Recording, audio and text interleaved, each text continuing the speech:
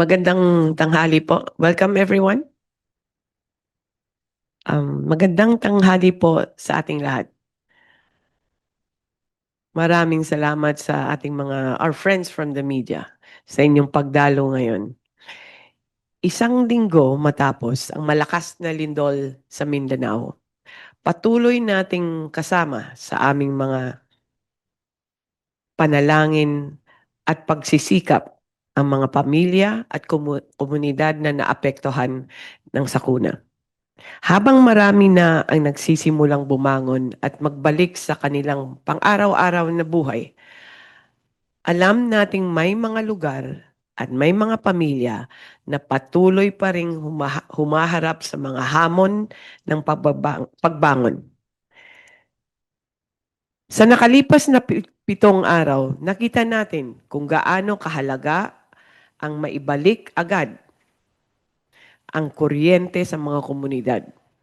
Mahalaga ito dahil hindi lamang para sa mga tahanan at negosyo, kundi para rin sa mga ospital, evacuation centers, at mga serbisyong pang-emergency na nagsisilbing lifeline ng ating mga kababayan sa panahon ng krisis. Ito po yung mga critical infrastructures. Sa direktiba ng Pangulong Ferdinand R. Marcos Jr., agad na nakipag-ugnayan ang Department of Energy sa mga electric cooperative, distribution utilities at iba pang energy sector partners upang mapabilis at ligtas at maayos na panunumbalik ng serbisyo sa mga apektadong lugar. As of June 13, 2026, naibalik na ang serbisyo sa mga 1,044,739 consumers connections. Katumbas ng 97.87% ng lahat na naapektuhang consumer. That's 97, almost 98% in 1 week. Mahalaga ring maibahagi ang muli ng may kuryente ang lahat ng 4 na ospital sa lahat na 24 na ospital sa mga apektadong lugar. 24, no? 24 to. Na nagbibigay daan sa tuloy-tuloy na paghahatid ng mga serbisyong pangkalusugan para sa ating mga kababayan. Nais naming pasalamatan ng Task Force Kapatid ang 27 cooperatives mula sa 6 na regional associations na nagbigay ng tulong at suporta sa ating mga kababayan sa Mindanao. 27 electric cooperatives po. Nagpadala sila ng mga linemen, drivers, engineers, dala boom truck, tsaka service vehicle nila. And they sent the whole team to the affected areas. Ito po yung tinatawag natin na Task Force Kapatid. And these are all volunteers, by the way. Wala pong extra to dahil pumunta sila doon at tumulong. But volunteers lang yan para lang makatulong sila sa mga affected families natin. Pero hindi pa natapos ang gawain. Nananatili tayong nakabantay sa bawat koneksyong hindi pa naibabalik hanggang sa maibalik ang kuryente sa bawat tahanan at komunidad. Habang nakatuon ang ating pansin sa Mindanao, isang bagong pag-asa naman ang dumating sa ating mga kababayan sa Catanduanes. The people of Catanduanes who have long endured the burden of rotational blackouts. In fact, minsan 12 hours ang blackout sa Catanduanes dati. They will finally be freed from that hardship. Mabilis na kumilos ang pamahalaan ayon sa direktiba ng Pangulong Ferdinand R. Marcos Jr. upang maisaayos ang kuryente sa probinsya sa lalong madaling panahon by activating 5 megawatt diesel generator units rented by the National Power Corporation or NPC.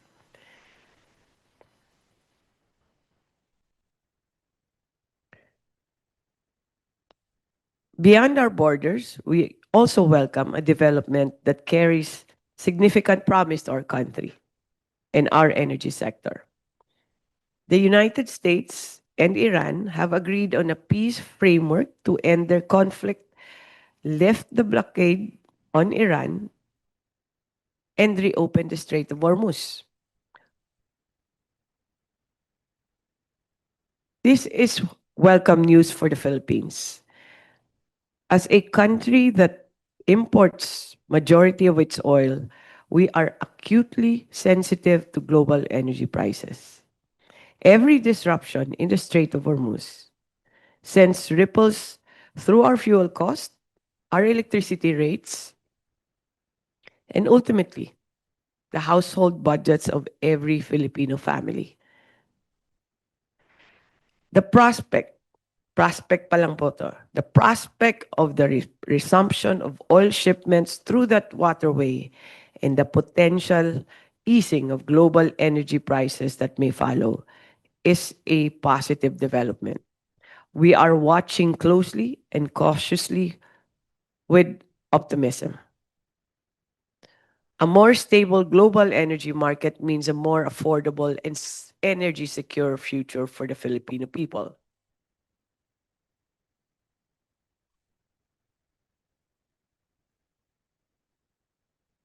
Hindi pa tayo dito natatapos.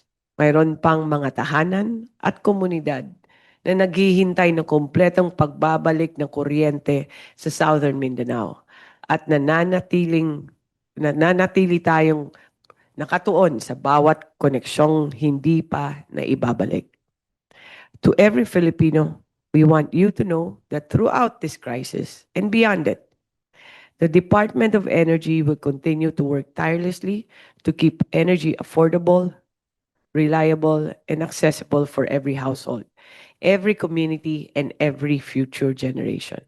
Sa huli, ang pinakamahalaga ay ang ating kapakanan ng bawat Pilipino. At habang patuloy nating pinalalakas ang sektor ng enerhiya, mananatili ang aming pangako, isang enerhiyang matatag, maasahan, at makatao. Maraming salamat po. We will proceed with the rest of the reports and to expound on the things I've mentioned earlier. We will have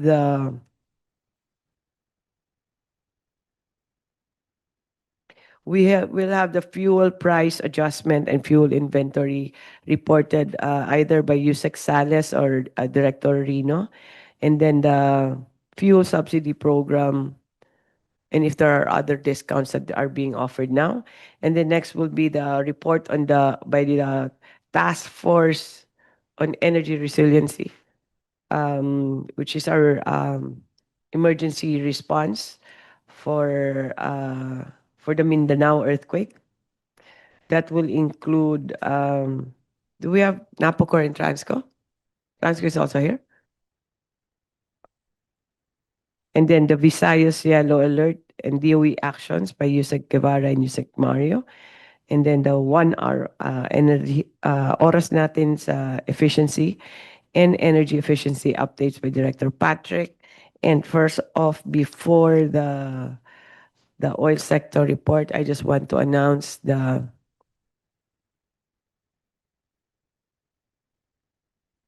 price adjustments for this week, which will start tomorrow. Bukas po ito mag-uumpisa. And ang price adjustment, may range po tayo. No? May range na tayo. Gasoline is at, there can be a rollback of 0.32. The range is negative 0.32 to 1.68. So may ranges ng mga 2 pesos. Depende po sa inyong gas station, anong brand yan, saan siya located. Minsan mas malaki yung increase dahil mas malayo siya sa mga depot or sa rural areas. And then on diesel, there will be a rollback of 5.71 to 3.71. Again, there's a rollback to from 5.71 pesos to 3.71 pesos.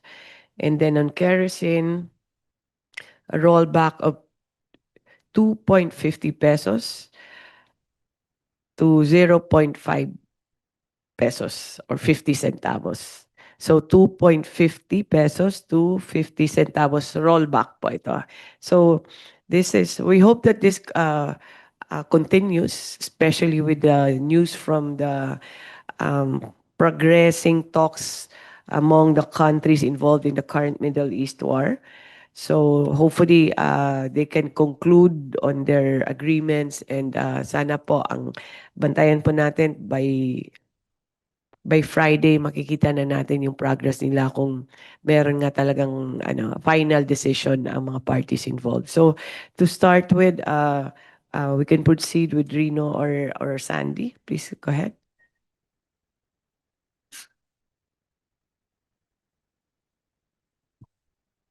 Yes, good afternoon. Following yung price adjustments, we'll like to report also on the current inventory of fuel in the country. So on average, total fuel inventory in days is about a little over 46 days. For gasoline, it's almost 45 days. Sa diesel naman po, 43 days. Kerosene is quite high, 139 days. Jet fuel, almost 74 days. Ang fuel oil natin is 45 days, as well as the LPG supply. So we are still in a very healthy position. We keep monitoring the situation. And as the Secretary has said, the parties are threatening to sign an agreement by Friday, and hopefully this holds and bodes well for next week's adjustment. Thank you. At this point, I'd like to call Director Rino for updates on the fuel subsidy program for the public transport.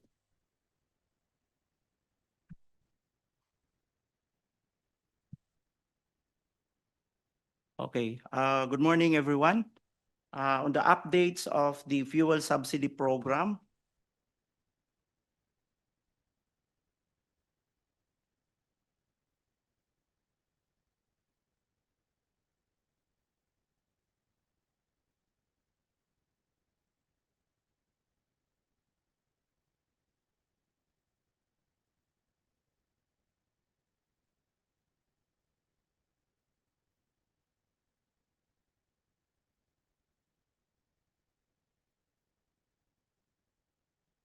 okay, so as of June 10, this is the usual Wednesday update meeting with the Office of the Executive Secretary, LTFRB, and Department of Energy. On week 9, this is June 8 to 10. This is the latest to date implementation from April 13. Now we're at June 10. The total subsidy availed by PUJ and UV Express totals to around 103.7 million pesos. And those that availed public utility vehicles, numbers to around 62,342. So ito po kadami nung drivers ang nakakuha na ho ng 10 peso per liter discount. For now, we have been increasing the enrolled gasoline station participating in the fuel subsidy program to almost 2,000 gasoline station. And this is also in preparation to the planned expansion of the fuel subsidy to include the logistics vehicle for the delivery of agricultural products. So these are the trucks and vans delivering agricultural products. So this is an expansion with the fund from LTFRB going to the fund also, the subsidy fund of the Department of Agriculture. So to date, as I repeat again, the figure now of the availment is around 103.7 million pesos with 62,342 drivers availing the subsidy. So that's the update on the fuel subsidy. Okay.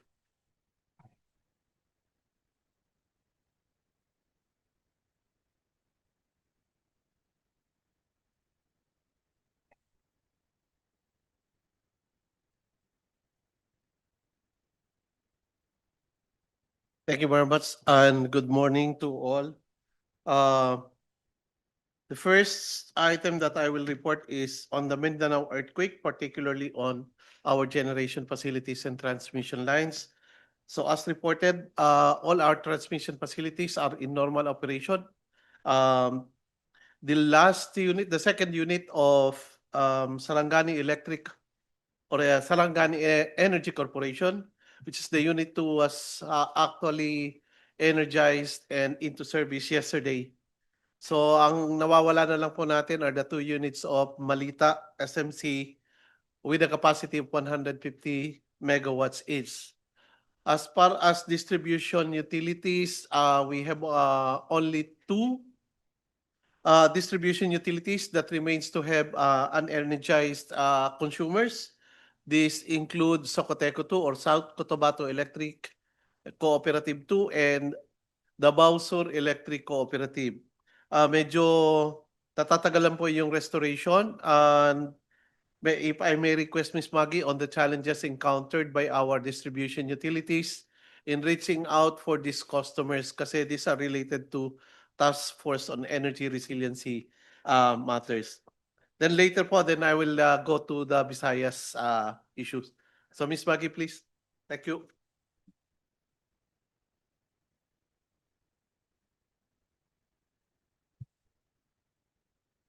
Para naman po sa estado ng pagbabalik ng kuryente po, no? Especially po doon sa Socoteco 2, para po sa Municipality of Jose Abad Santos, meron pa po tayong natitirang 3 barangay, Barangay San Isidro, Barangay San Isidro, Barangay Quiapo at Molmol. Ito po ay ang current ano po doon ay apektado po ng mga landslides yung mga daan po, kaya po may kahirapan po para po magkaroon ng restoration po dun sa area. Nananatili pa rin po no yung iba pong roads na hindi pa po accessible ng mga four-wheeled vehicles, so mga motorsiklo pa lang po ang may accessible dun sa lugar. Para naman po sa restoration efforts sa GLAN, may partial energization na po tayo sa ibang barangay. Tulad ng Barangay Poblacion, Ilaya, GLAN Padido, Calabanit, Tapon, Taluya, at Mudan. Patuloy naman din po ang power restoration activities para sa barangay ng Tango, Lago, Katapatan, Gumasa, Kablalan, Baliton, Burias, Pangyan, Small Margus, Big Margus, Batotoling, Cross, Lagumit, Rio del Pilar, Batulaki at San Jose. Tinatarget po na maibalik ang kuryente sa mga lugar na iyon by today until tomorrow po. Samantala, sa barangay po ng Datal Bukay, Sufatubo, New Aklan, Kaltuwad, Elgado, Kongan, ay hindi pa rin po na-access ng mga vehicles. So this also affects the restoration activities in the area. So patuloy po nakikipagtulungan ang Department of Energy sa mga ahensya tulad po ng DPWH, sa mga ahensya po under sa NDRMC para po matulungan din po ang ating mga task force kapatid. Makikita po, no, so sa susunod po na slide, meron na po tayong over 179 personnel po na next slide please. Meron po tayong mga personnel na po, no, na mga, mula po sa task force kapatid para mas patuloy po na mapabilis ang pag-restore po sa mga apektadong lugar.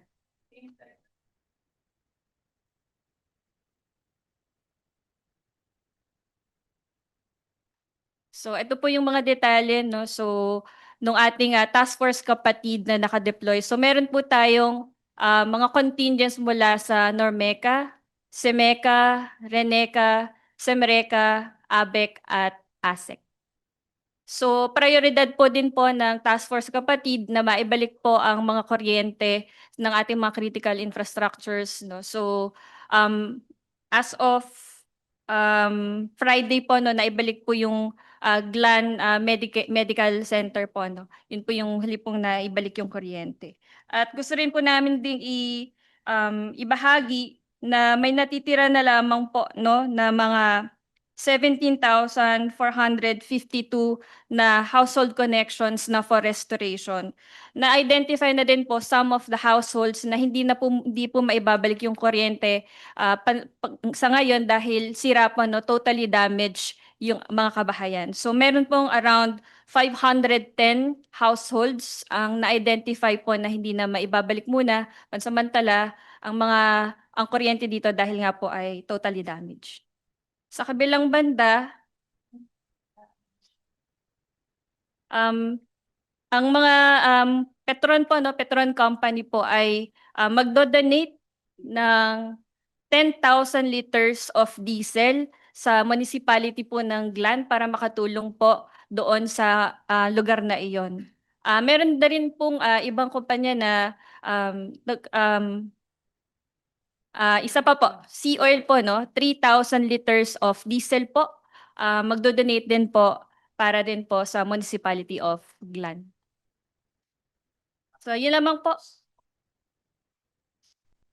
Para naman po sa update sa off-grid areas, si President Coco Nagrales. Thank you.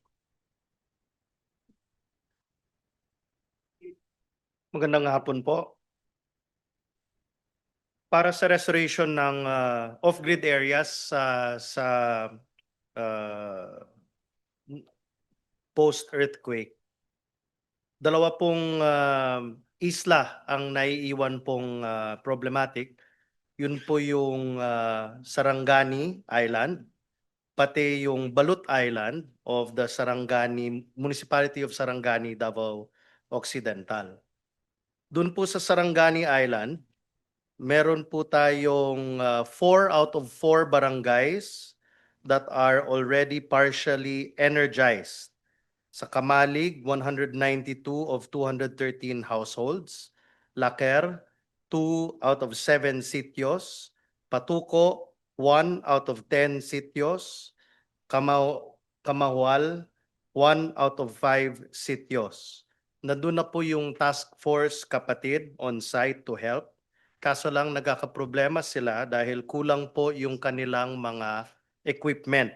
So mano-mano po nila inaakyat yung mga poste at tinutulungan din po sila ng LGU. Ang nakikita po namin ay we're hoping within the week okay na po lahat ng mga sityo sa Sarangani Island. Doon naman sa Balut Island of the Municipality of Sarangani, yung isang microgrid area po under PSPI, operational na po yung kanyang power plant, pero yung distribution line po ay partially energized. Sa 5 barangay, 2 lang po yung partially energized. Yan po yung Mabila at Tukal. Round the clock po nagtatrabaho yung PSPI at saka yung LGU despite kakulangan ng kanilang mga equipment at nagmamano-mano sila. Kami po sa NAPOCOR ay binabantayan po namin ito at nagpapadala po kami ng whatever equipment na kailangan nila para mapabilis po yung pag-energize ng mga sityo at ng mga barangay. Yun lang po sa off-grid. Thank you.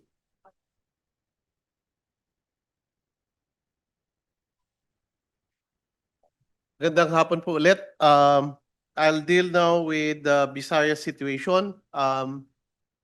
If everyone would remember, since May 12, 2026, we had a continuing yellow and red alerts in the Visayas subgrid. And this is due to a multiple power plant outages of different concerns. So sa ngayon po, we're still looking at the restoration of three major facilities. Two of the Therma Visayas Incorporated with capacity each of 169 megawatts and the PEDC Unit 3 at 150 megawatts. So with that, we are hoping that by July 3, PEDC Unit 3 will come into operation. And yun yung mga ongoing activities natin, restoration, actually, nagre-reduce na yung ating number of hours in yellow alert. Nabawasan na rin po yung manakanakang MLD natin. Unfortunately, yesterday po, yung bumalik po ulit sa out of service, yung KSPC Unit 2. Umaga pa lang po, 8:43 in the morning, nagkaroon sila ng problema and monitoring. And they're looking at possibilities of restoring the facility by June 19. So towards the weekend na po natin makikita yung restoration. So meanwhile, the DOE has already identified possible solution, both in the short term and midterm, plus the long-term solution.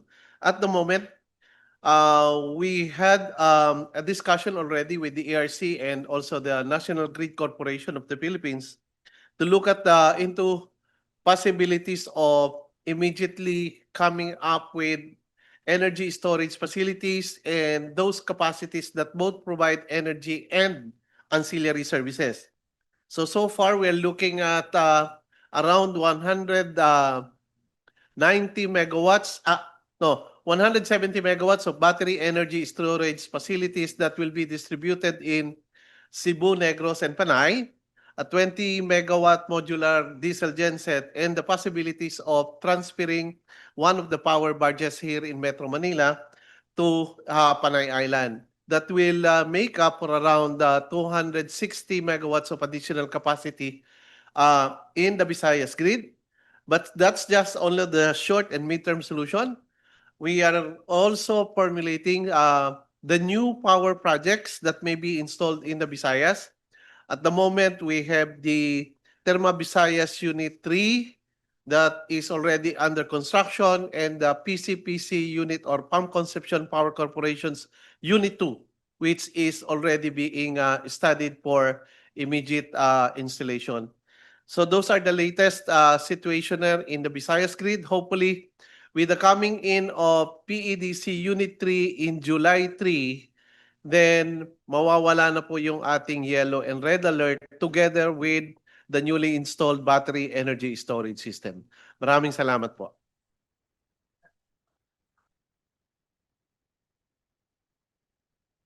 Magandang hapon uli. Magre-report lang po tungkol sa Catanduanes, update lang po. As of 3:38 p.m. on June 11, 2026, wala na pong brownout sa Catanduanes. Ito po ay dulot sa 5 megawatt rental ng Napocor for Catanduanes. Meron po silang kakulangan ng 3 to 6 megawatts. And because of this, sa aming interim power supply agreement with Fiselco ng 2 buwan, ay wala na pong brownout sa Catanduanes. This is a whole of government effort. This is by the order of President BBM to the Energy Secretary at from the Energy Secretary ay lahat po nagtrabaho, yung NEA, Napocor, Fiselco, yung LGU at mga ilang membro ng Congress din po ang nagtrabaho para mapabilis ito. Last week's press con, ang pangako po ay June 12 po yung delivery, pero as of 3:38 p.m., June 11, wala na pong brownout. So maraming salamat po sa inyong suporta. Thank you.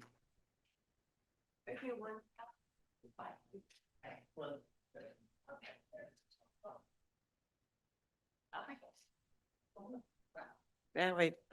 So, is Transcon, ano, do you have a report on the Mindanao or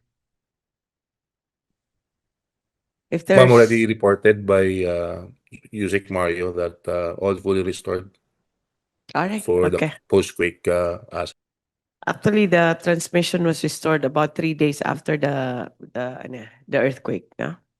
A very quick response. So now we proceed for the last part, which is the 1 hour in energy efficiency updates. Go ahead, Patrick.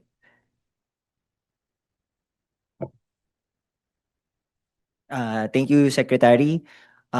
Patuloy po kaming nagpapasalamat sa ating mga kasamahan sa pribadong sektor at sa ating mga kababayan sa tumatalima sa ating panawagan tuwing Sabado alas 8 hanggang alas 9 ng gabi para sa 1 oras natin sa efficiency. Dahil po sa ating patuloy na pagkikipagtulungan, umabot na po ng 90,879 megawatt hours ang ating natipid.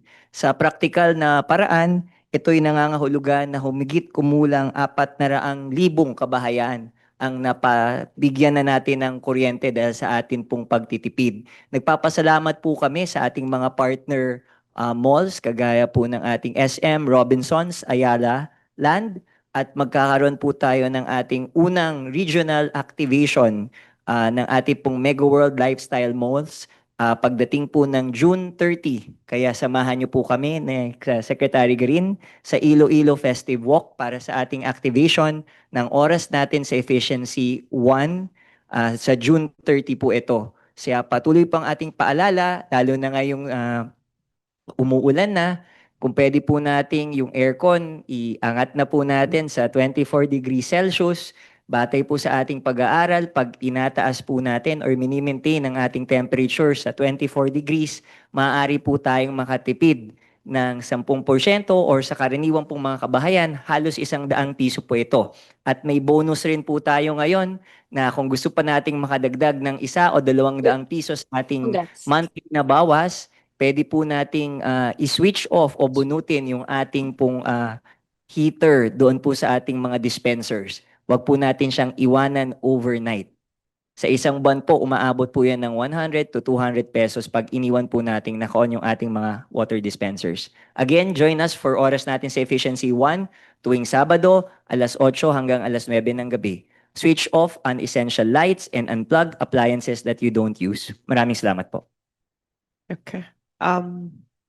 Before the Q&A portion, I just want to make emphasis on what has happened in the last week.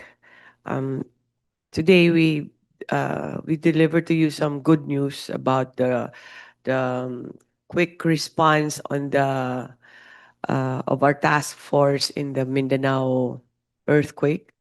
In less than a week, it's about 98% restored. Most of the hindi na re-restore ay yung mga bahay talaga na nasira at delikado i-connect or mga structures na kailangan pa i-inspect for safety. Likewise, the good news about the intervention of Napocor in Catanduanes, that in less than 2 weeks they were able to restore power there into 24 hours instead of 12 hours lang. So and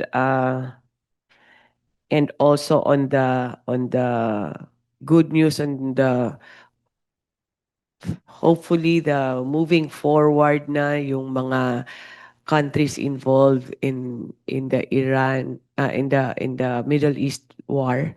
So there seems to be a good progress on their parts na mukhang magkakaroon na sila ng agreement and hopefully peaceful na yung region by then, no?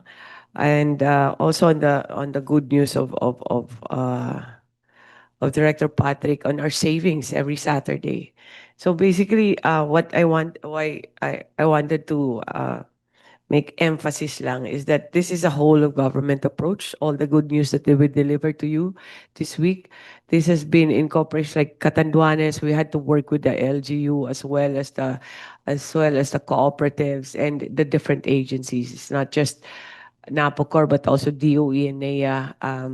So the same way as Visayas also. So it has been an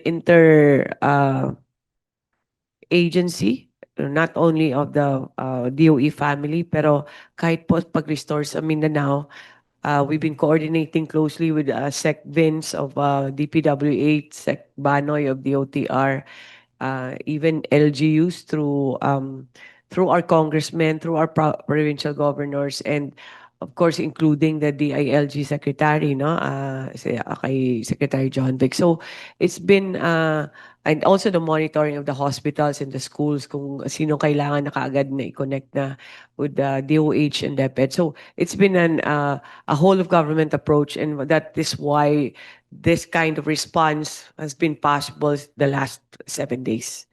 So we proceed to Q&A. Mandy, do you have any? Thank you very much, Secretary, and to all of our guests today. First, we have several questions on the oil prices from TV5 and Business World.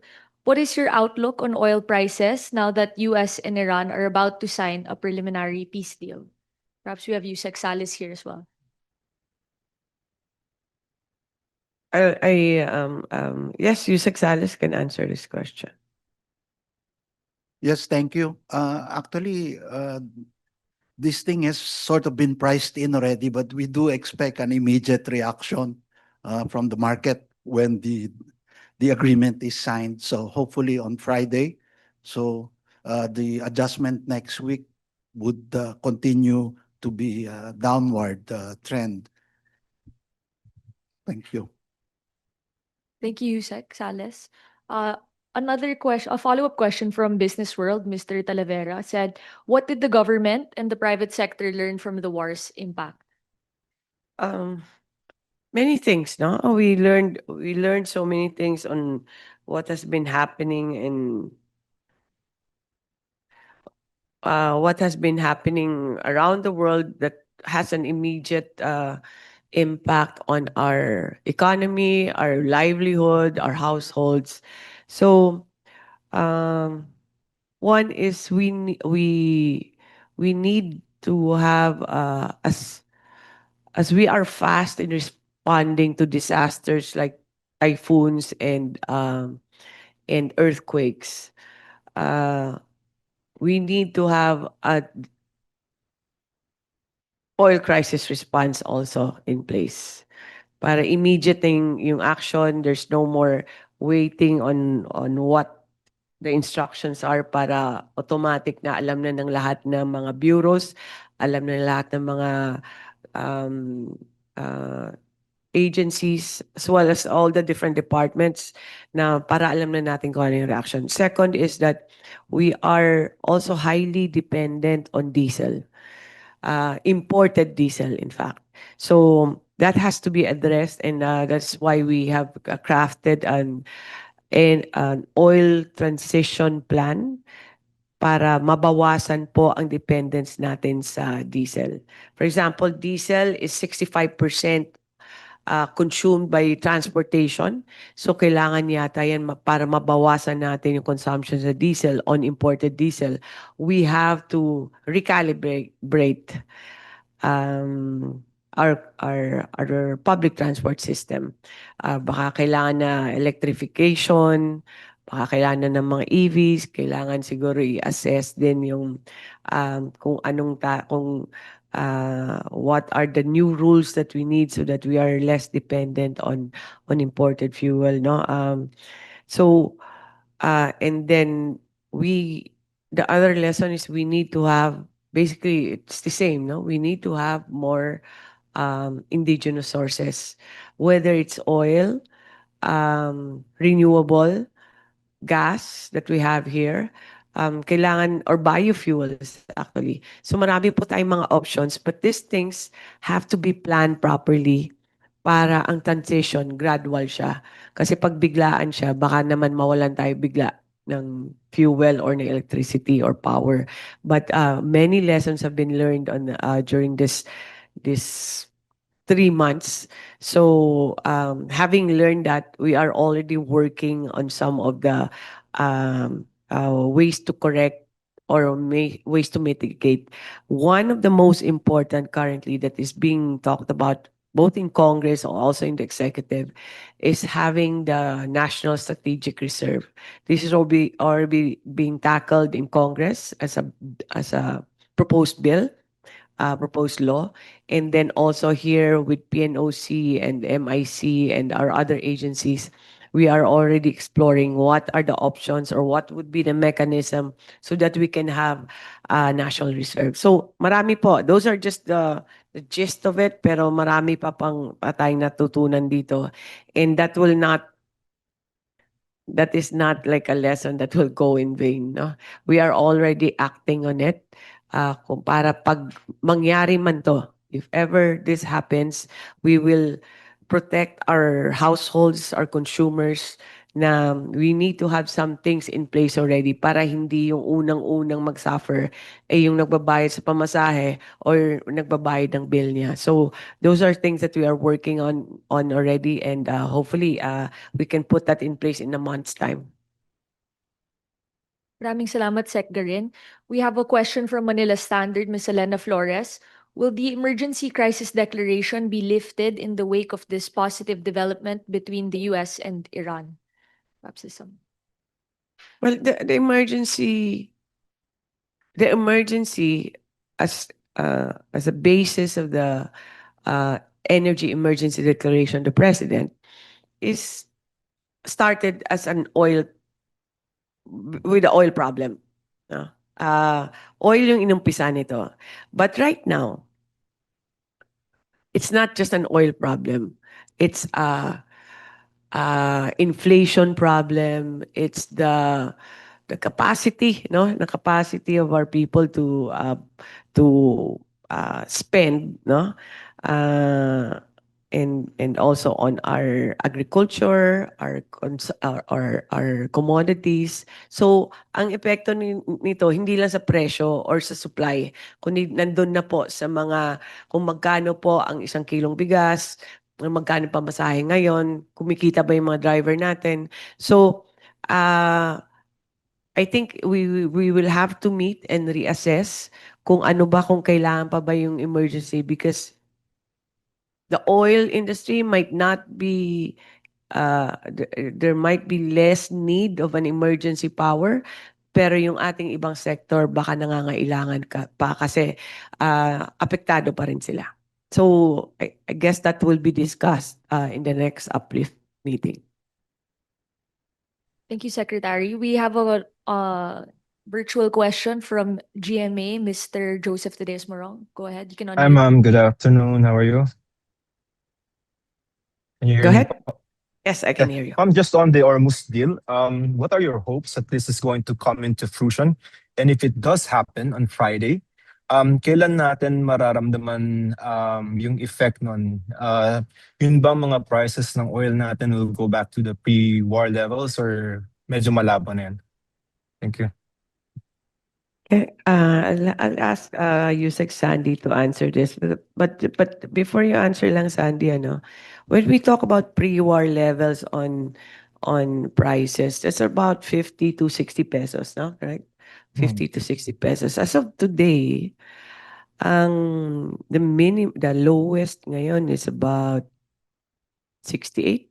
Mga ganun, no? We're still on the high side, or even more expensive pa rin than pre-war. So we're not there yet. Yeah? Go ahead, Sandy, you can explain. Okay, thank you. Like I mentioned earlier, normally yung markets move faster, no? So nire-reflect na ng market yung anticipation for a deal to be signed. And that's being reflected in the price. So yung mga crude oil price are actually down sa 80s na. So in the 80s na siya. In terms of eventually, hopefully within the week, the agreement is signed. What happens to our pump prices? Siguro there's space for it to come down as well. But Does it go down to the pre-war level? Not immediately, probably. Kailangan natin ng another 6 to 12 months. It's really just an issue of restarting the supply that was disrupted by the war. Hindi kasi instantaneous yung balik nung supply, no? So yun ang outlook. Thank you. Because the facilities were destroyed, no? Also, yeah. So may impact talaga sa presyo. And like, for example, just Qatar alone, their gas facility was destroyed about, I'm not sure if it's $20 billion. A big amount. So they will need the same amount in a few years also to restore that. Next one. Konti na lang, just one. Go Just ahead. one more. Can you just explain to us how dependent are we on the Strait of Hormuz in terms of our oil supply, such that medyo nakaasa tayo doon? Or you mentioned before na we're trying to diversify to Canada and all that shit. Yung pong dependence lang, ma'am. We're very much dependent. No? We're 90, I think 98% dependent on Strait of Hormuz. Go ahead, Sandy. Just look back, although Petron is the only company that imports crude oil. Pero lahat ng ating needs are finished product imported around the region. Who imports the crude oil from the same source sa Middle East? So tama, in terms of dependence, more than 90% of our supply, whether finished or the crude oil, ultimately, ang source niya is the Middle East.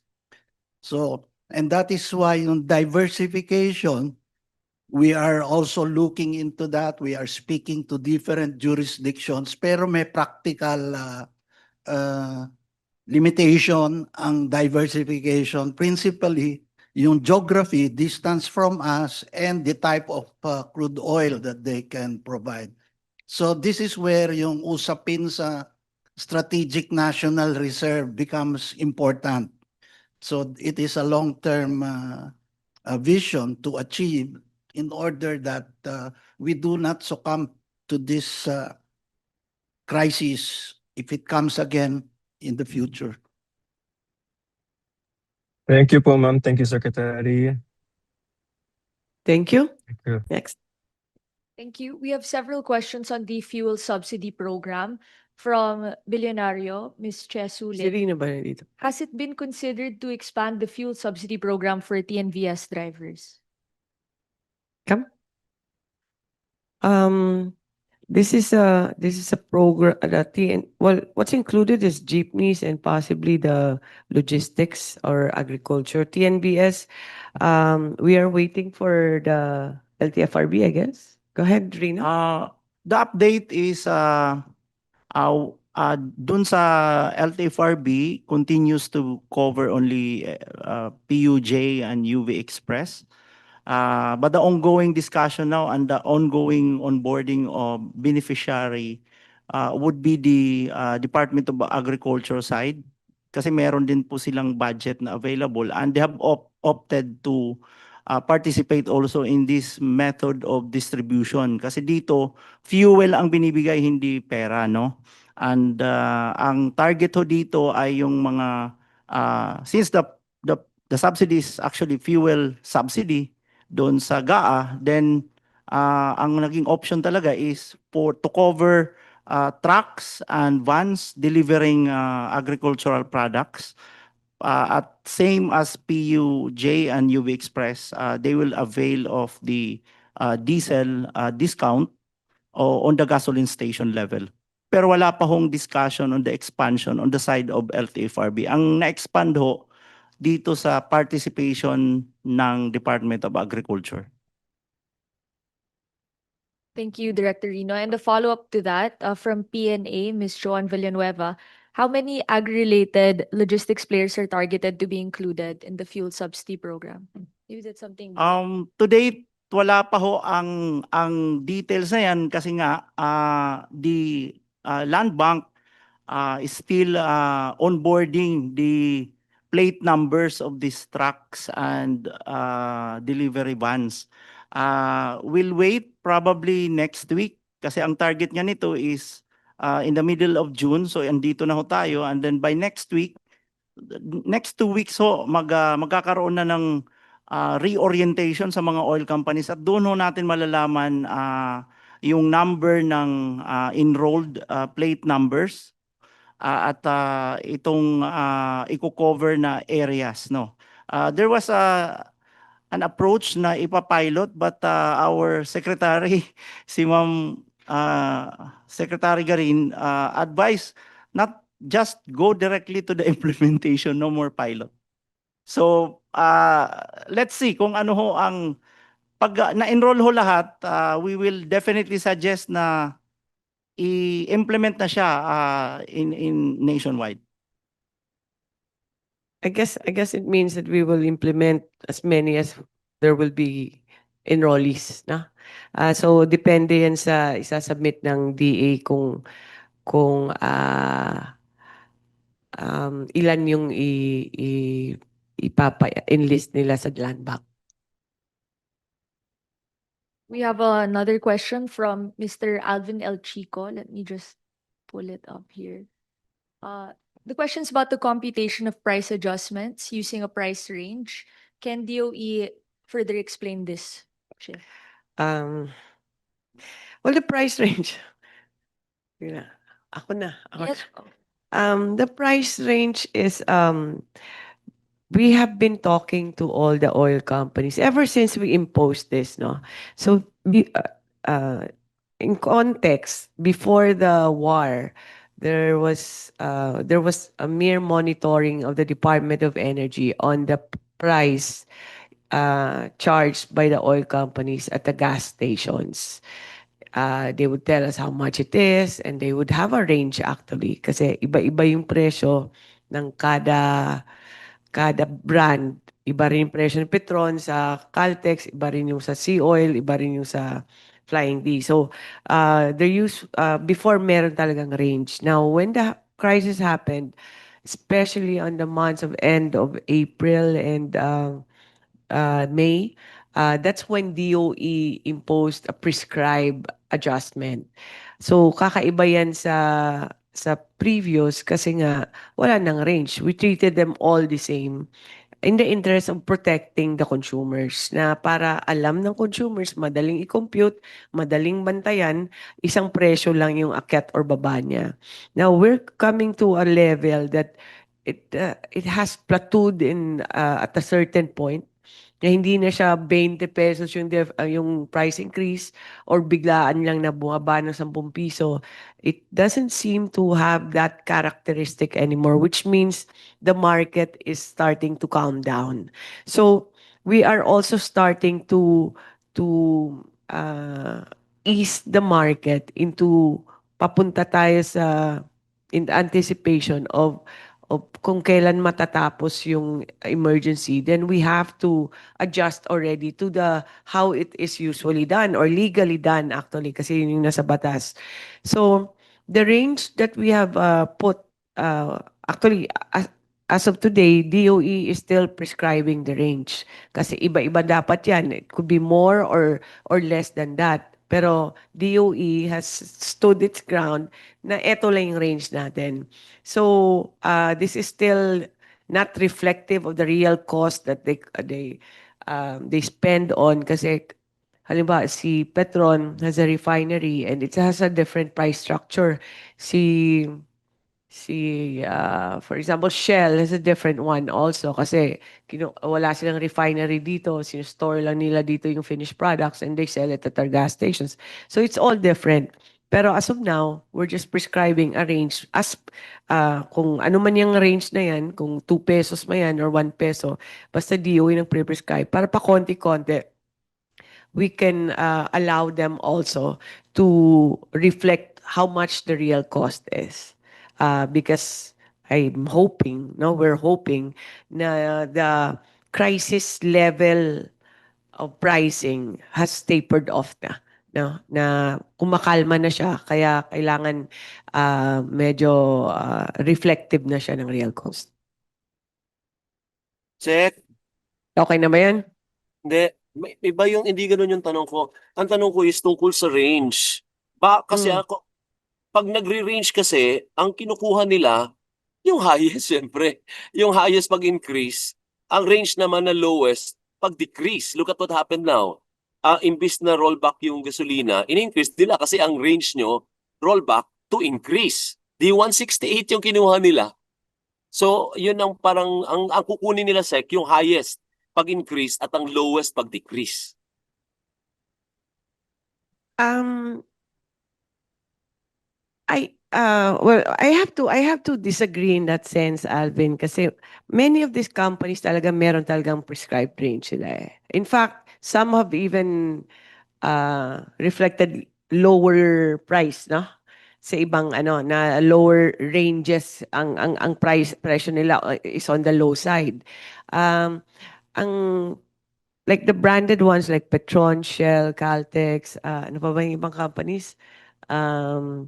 Flying V, Sea Oil, they all have their own calculations and makikita mo naman yan sa published rates nila eh, no? Na hindi naman ganun na kung anong pinakamataas doon tayo pumunta. Normally they submit to us before we even put the prescribed rates kasi kaya alam na namin before namin ilagay yung range kung ano yung gusto na presyo ng oil company. Rino pala, do you want to add something about this? Sir Alvin, kasi nga, we have to accommodate the differences in the way they order, the cycle of their inventories. At dahil doon, nagre-resulta sila ng iba't ibang premium, insurance, freight. Kasi iba-ibang araw, iba-ibang supplier, iba-iba din ang volume na kinukuha. And even sa sinabi ni Secretary, even more unique is the case of Petron kasi refinery siya, galing siya ng crude oil bago siya i-refine. So, at most, we've concluded and, well, in the case of the situation now, nag-agree din ang mga oil companies on this. So, hindi pa ho pinapakawalan ng DOE na ultimately sila na ang at their full discretion, sila na yung nagdi-decide nung price adjustment. In fact, mandated pa rin. Kaya lang, we have to accommodate nga yung differences na yon because one number cannot continuously fit to all oil companies. And we, the DOE understands the situation of the oil industry as a whole. So, ay ko-correct lang namin, mandated pa rin ho yan. And since minandate nga yung range, inallow ho in a way yung kanilang discretion but within the range. Hindi ho sila pwedeng sumobra doon. Kasi may range din na may mga applications din Alvin na na more than that. Kaya we didn't allow. There are some companies that wanted a higher price and we didn't allow the price adjustment that they wanted. Sec, yung ibig ko po sabihin, Sec, di ba may range? Ang pinipili nila yung pinakamataas. Tignan mo ngayon, yung range na pinakamataas. So parang baliwala din. Hindi nila pinili yung mababa o gitna. Ang pinili nila yung pinaka-extreme din. Then you choose the gas, be loyal to the gas station that is true to its commitment, no? Meron kasi talagang may submissions yung iba and we just cannot publish it. But meron naman sila talagang mga iba dyan na mas mababa talaga yung presyo nila. So it's that's how the design of all the regulation law is, that the competition will determine the survivors of the industry, no? So it's been left to the free market. Kaya the range actually is more of a protection of our people from getting prices higher beyond the range. Kasi meron talaga a few companies wanted it higher than that. So we did not allow it. So medyo na average na lang siya dyan, Alvin. Thank you. Thank you, Secretary and Director Rino. We have the last questions on the yellow grid alert sa Visayas po. Perhaps Yusek Mario. We have our Miss Carmel Pedroza of Business Mirror Cebu. Thank you for joining us today. One question is, what caused the latest outage of KSPC Unit 2? And what is the status of the expected target restoration by June 19 this week? Yeah, nagkaroon lang sila ng yung KSPC napansin nila doon sa kanilang monitoring system na merong abnormality sa reading. So they have to check it, and then upon checking, they have to do some remedial actions. So yung remedial actions will take time. Kaya ang request nila is they have to be back by June 19. Okay. And the follow-up question to that from Business Mirror, with the proposed deployment of a modular diesel power plant and ancillary power sources such as power barge, what measures will be in place to protect consumers from any additional costs? Yung cost definitely ay mas ma-address natin when all the facilities are in place. Kasi ang unang target namin diyan, kaya nag-identify kami ng mga facilities that can serve both for energy and for ancillary. So para ma-ensure natin na walang malaking impact sa ating mga consumer, of course, i-apply natin yung kung alin yung mas mura, yun muna yung patatakboyin natin na may priority. So yung mga mas mahal, sila yung magsaserve ng ancillary services natin. So hopefully wala tayong magkaroon ng incident sa grid na magkakos na i-call natin yung ancillary or yung reserves natin, then minimize yung impact sa customers natin. The other thing is, if we are looking at the entire Visayas grid, then ang benefits is for the entire Visayas and not for to limited consumers. Thank you. So Visayas now has several projects, incoming projects. I think there are 440. Magkano ba yung kay Daniel? 150. In 2028, which will really help Visayas, there will be about 740 megawatts, I think, that will come in, whether it's a mid-merit or a base load.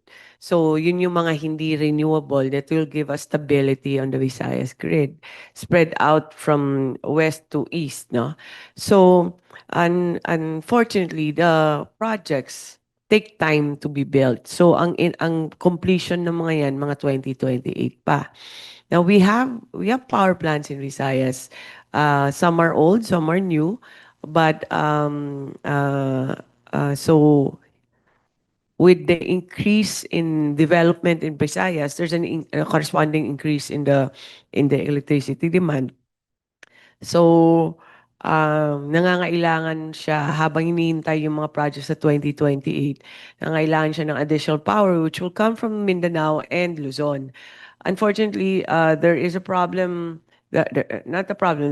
Because of the earthquake, we've had some issues with some power plants. Makukomplete na yan mga June 17.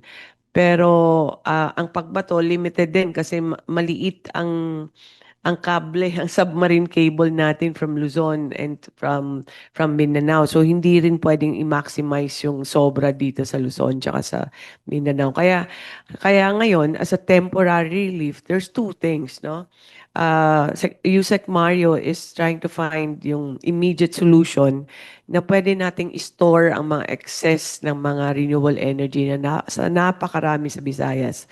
So they're trying to find that and to find also diesel plants na pwedeng mag-cater sa variability ng renewable. And then next is to come in with the barges or the other more long-term or mid-term solutions, padala ng barge na, parang mga barge na meron na siyang power plant.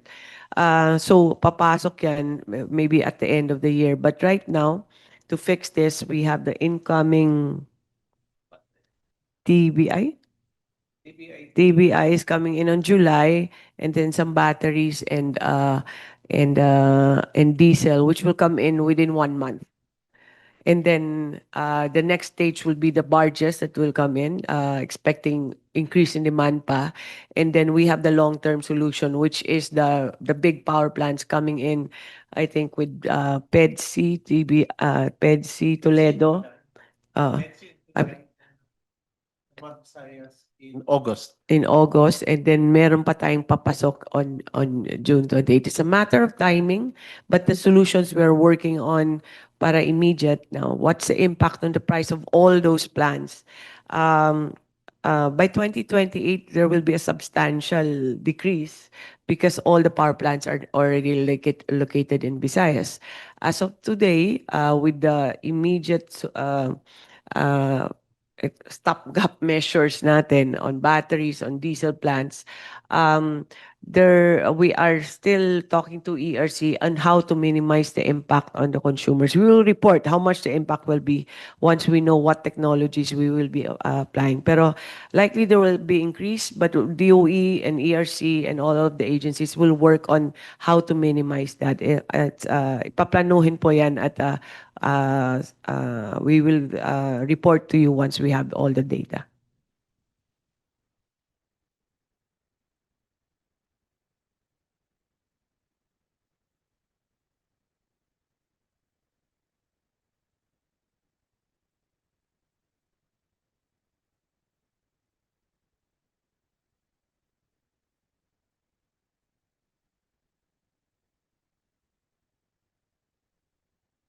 Okay, we have last two questions here, although sabi namin na last question na. So thank you to our friends from media for joining. From BNC, Ms. Chesulit, ano po yung markers to know whether the National Energy Emergency Declaration can be lifted or not, given the peace talk agreements? It might be something discussed during Uplift as well tomorrow. What are the markers?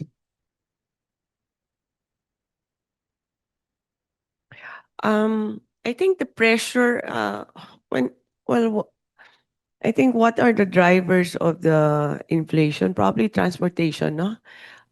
Whether transportation of passengers or our goods.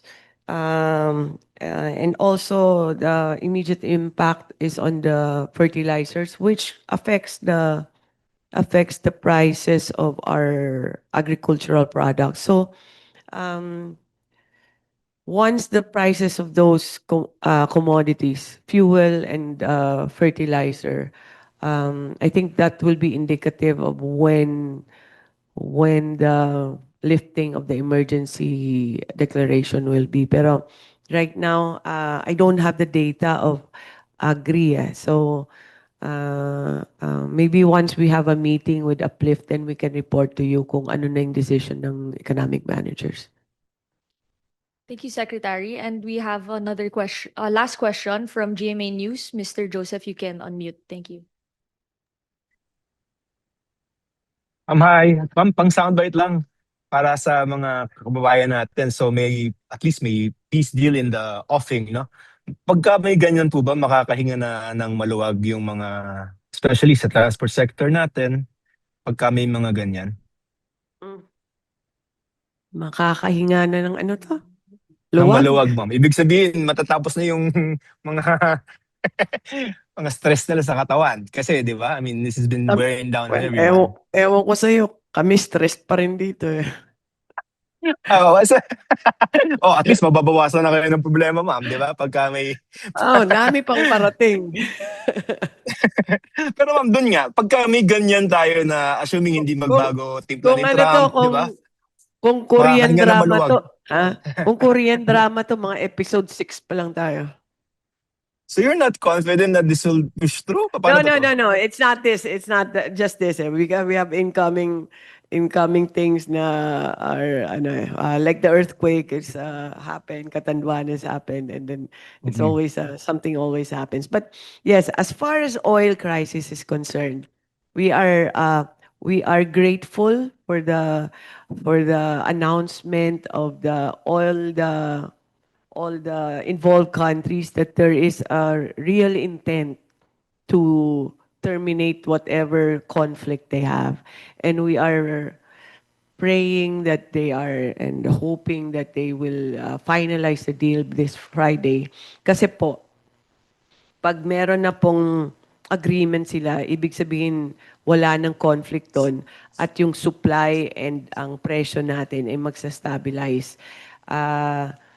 Dahil sa dependence natin sa oil galing Strait of Hormuz, very much affected tayo. So ngayon po, I would say that this is a good news for us, and hopefully it goes even a better news that it becomes a signed agreement already. But this direction that has been taken by whether it's Israel, Iran, and US, Yes. this is a positive step forward. But I would we're as you understand, we're a policy and regulating agency. We would rather go with prudence on this and let our guards go down before baka may mangyari pa. But we'll be vigilant about what's happening. Pero maganda pong balita to at tama po kayo. It's time for not just for the Philippines but also for the whole world to breathe a bit of relief, no? Because the conflict that has caused so many problems in our country and all the other countries looks like it's coming to an end, and a conflict that we are not even involved in. So now it's a positive development, and hopefully it becomes even a better, more concrete news come Friday. Thank you very much. All right.